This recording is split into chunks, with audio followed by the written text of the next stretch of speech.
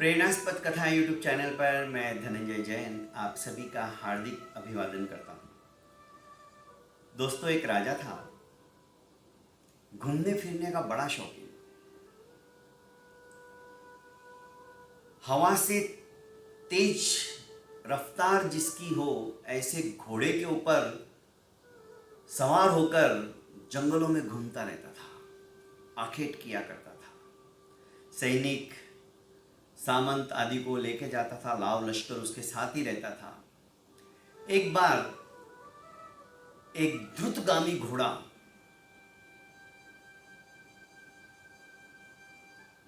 उसके शहर में कोई अश्व व्यापारी बेचकर चला गया। राजा ने सोचा कि चलो आज इसी घोड़े की सवारी की जाए। राजा अच्छे अच्छे घोड़े को काबू पा लेता था, पर यह घोड़ा विपरीत शिक्षा दिया हुआ था। जैसे जैसे घोड़े को रोकने के लिए इसकी लगाम खींची जाती, घोड़ा और तेज दौड़ता। राजा को इस बात का पता नहीं था। 2-3 घंटे का लंबा सफर होने के पश्चात राजा ने सोचा कि चलो अभी पानी पी लेते हैं, काफ़ी थक गया हूँ। और सामंत आदि सैनिकों को उसने इशारा किया कि अभी अपन वहाँ पे रुकते हैं। सबने कहा ठीक है। और जैसे ही राजा ने घोड़े की लगाम खींची, घोड़ा तो सरपट दौड़ने लगा। जितना तेज राजा उस लगाम को खींचता, उतना तेज घोड़ा द्रुत गति से आगे की ओर बढ़ता। सारे सिपाही, सैनिक, कर्मचारी, सेवा में रत रहने वाले सब पीछे छूट गए। बेहताश घोड़ा दौड़े जा रहा था। राजा के कंठ सूख रहे थे। एक भयंकर जंगल के अंदर आकर राजा ने अपने आप को भगवान के भरोसे छोड़ते हुए जैसी घोड़े की लगाम छोड़ी, घोड़ा वहीं रुक गया। अब राजा को समझ में आया कि इस घोड़े को विपरीत शिक्षा दी गई है। दोस्तों, अब राजा के कंठ सूख रहे थे, सैनिक सारे पीछे थे, पानी कौन पिलाए। राजा की इच्छा थी कि बस अब कहीं से 2 घूंट पानी के मिल जाए तो मैं अपना कंठ ठंडा करूं, अपनी प्यास बुझाऊं। राजा को चक्कर से आने लगे थे, क्योंकि भयंकर गर्मी, उस भीषण गर्मी के अंदर, उस भयानक जंगल के अंदर राजा के पास पानी भी नहीं, क्या करे। राजा ने सोचा चलो तनिक पेड़ के नीचे जाकर विश्राम करता हूँ, कुछ ना कुछ उपाय सूझ जाएगा, कहीं से पानी का बंदोबस्त होता है तो देखता हूँ। राजा पेड़ के पास नज़दीक आने लगा, पर उसकी उतरने की भी ताकत नहीं रह पाई थी। उतरने के पहले ही राजा को मूर्छा आई, अंधेरा सा छाया उसके आंखों के आगे और राजा धड़ाम से नीचे गिर गया, मूर्छित हो गया। नजदीकी दूसरे पेड़ के नीचे एक भील बैठा हुआ था, शिकार करने के लिए आया था वो भी। उसने देखा कि कोई मुसाफिर आया है और वो उतर भी नहीं पाया और गिर पड़ा है। वो भागा भागा आया, देखा तो वह व्यक्ति मूर्छित था। अपने पास जो सरई थी मिट्टी की, उसमें से उसने पानी के कुछ बूंदें ली और राजा के ऊपर, मुंह के ऊपर छिटकना चालू किया। राजा की तंद्रा टूटी, उसने शीतल जल पिलाया। राजा के प्राण बच गए। ये देखकर राजा ने कहा कि भाई तुम कौन हो, और मेरे लिए तो तुम देवदूत हो। मुझे ठंडा पानी पिलाकर तुमने सचमुच में मेरी जिंदगी मुझे वापस लौटा दी है। मैं प्यासा था और प्यास के कारण से ही इतना संत्रस्त हो चुका था कि मैं मूर्छित हो गया। आज तुम नहीं होते तो शायद मेरी यह लीला यहीं समाप्त हो जाती। वो भागा भागा गया उसी पेड़ के नीचे जहाँ पर वो बैठा था। खाने के लिए उसकी जो शिदोरी थी, शिदोरी खोली, उसमें ज्वार की भाकरी, रोटी, सब्जी और मिर्ची का ठेसा था। राजा को भूख भी लगी थी। वो भाकरी खाकर राजा को ऐसा लग रहा था उस समय में मानो ये पंच पकवान इसके आगे कुछ भी नहीं है। अमृत जैसा लग रहा था उसको खाना। खाना अमृत ही होता है दोस्तों जब भूख लगती है और उसके बाद में हम खाते हैं। सारा दिन यदि ठूंसते रहेंगे ना तो वो भी जहर बन जाता है और फिर तबीयत खराब होने लगती है। खैर उस विषय में आज नहीं जाता। राजा आत्मसंतुष्टि महसूस कर रहा था कि आज तो मजा आ गया। पंच पकवानों से भी श्रेष्ठ इसकी ये रोटी है। इसके अंदर जो स्वाद है सचमुच में अवर्णनीय है। राजा ने उसका शतश उपकार माना कि भाई तुम जो भी हो, आज मेरे प्राणों के जीवन के दाता हो। मेरी जिंदगी की डोर टूट रही थी, उसको तुमने सही सलामत रखी, टूटने नहीं दी। उसने कहा ये तो मनुष्य का कर्तव्य है, इसमें मैंने कुछ नहीं किया। ये तो हमारा सबका उत्तरदायित्व है, भूखे को खाना खिलाना और प्यासे को पानी पिलाना। इसमें मैंने कौन सा बड़ा काम कर दिया? नहीं नहीं, इसका ऋण मैं नहीं उतार पाऊंगा।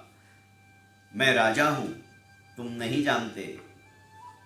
शहर में कभी आओ तो मेरे घर पे जरूर आना, मेरे महल में जरूर आना। मेरा तो कुछ काम नहीं पड़ता है। शहर में हम बहुत कम, कभी कभी 2-3 साल में एक बार गए तो गए, वापस पटक से आ जाते हैं। भला हम जंगली लोगों को शहर से क्या लेना देना। राजा ने कहा नहीं, तुमने मेरी जान बचाई है, उसका पारितोषिक तो तुम्हें दूंगा। और तुम लेना भी नहीं चाह रहे हो, पर कम से कम जब भी शहर में आओ तो मेरी ये विनंती तो स्वीकार करो। मैं तुम्हारे ऋण से उऋण होना चाहता हूँ। तुम जब भी शहर आओ तो मेरे यहाँ पर जरूर आना, मेरे महल पे जरूर आना। ये महल क्या होता है? महल घर ही होता है, पर उसे शहर के लोग महल बोलते हैं। ठीक है ठीक है, यदि कभी आया तो मैं जरूर आऊंगा। राजा तृप्त हो चुका था, जान में जान आ चुकी थी। तनिक विश्राम करके वहां से फिर से उसने भील से पूछा कि भाई शहर का रास्ता कौन सा है? उसने सीधा रास्ता बताया और राजा को तो समझ में आ गया था कि घोड़ा विपरीत शिक्षा से प्रशिक्षित है। उसने जैसे ही लगाम खींची, घोड़ा सरपट वापस दौड़ने लगा। सैनिक भी राजा को ढूंढते ढूंढते नजदीकी आ चुके थे। सब के सब वापस राजमहल की ओर प्रस्थान कर चुके हैं। 5-6 महीने व्यतीत हो गए होंगे। इधर इस भील को शहर में जाने का एक मौका मिला। उसने लोगों से पूछा कि भाई राजा का घर किधर है? क्योंकि राजा ने कहा था कि तुम शहर में आते ही सिर्फ मेरा महल पूछना, तुमको कोई भी रास्ता बता देगा। उस जंगली भील की बातें सुनकर लोग हंसने लगे। अरे भाई, राजा का घर वर नहीं होता है, उनका तो बड़ा महल होता है। तुम ये रास्ते से चले जाओ, मिल जाएगा। ये तो भागते हुए महल के पास पहुंच गया। जैसे ही दरवाजे के ऊपर द्वारपाल था, उससे पूछा कि भाई राजा इधर ही रहता है क्या? कि हाँ हाँ इधर ही रहता है, पर तुम कौन हो और कहाँ घुसे चले आ रहे हो? चलो चलो फुटो यहाँ से, भागो। बहुत बुरी तरह से फटकार रहा था उसको द्वारपाल, क्योंकि उसके कपड़े वगैरह, उसका पहराव सब जंगलियों जैसा ही था और वैसे ही रहते थे।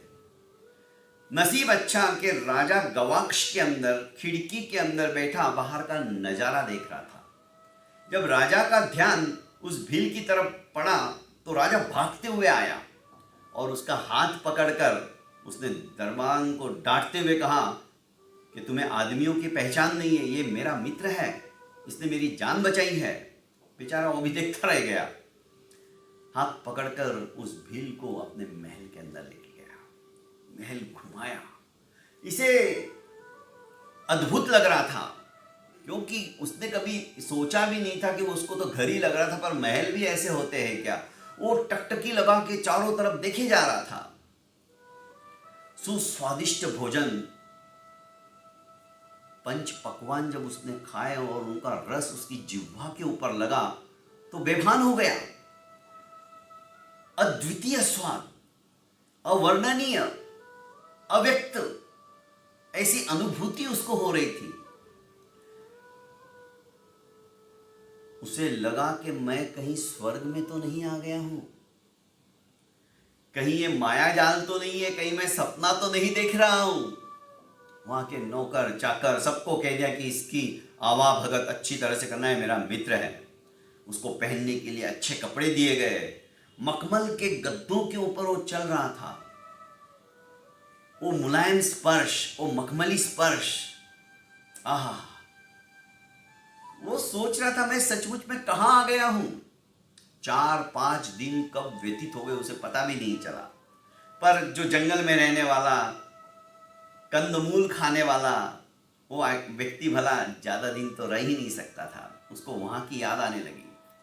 चुपचाप वहां से निकल पड़ा। ना तो राजा को उसने कुछ कहा, ना किसी और को कहा। सवेरे हुआ निकल गया, क्योंकि दरबार और बाकी के चौकीदार भी जानते थे कि राजा का विशेष मित्र है, इसको रोक टोकना अच्छा नहीं है, खैरियत नहीं रहेगी नहीं तो। चुपचाप निकल गया, जंगल में आया। जंगल में वो उसका परिधान तो वही था जो राजा ने पहनाया था। सबने कहा, भाई तू क्या बात है, कैसे ये बढ़िया बढ़िया पोशाक के कहां से पहन के आया है।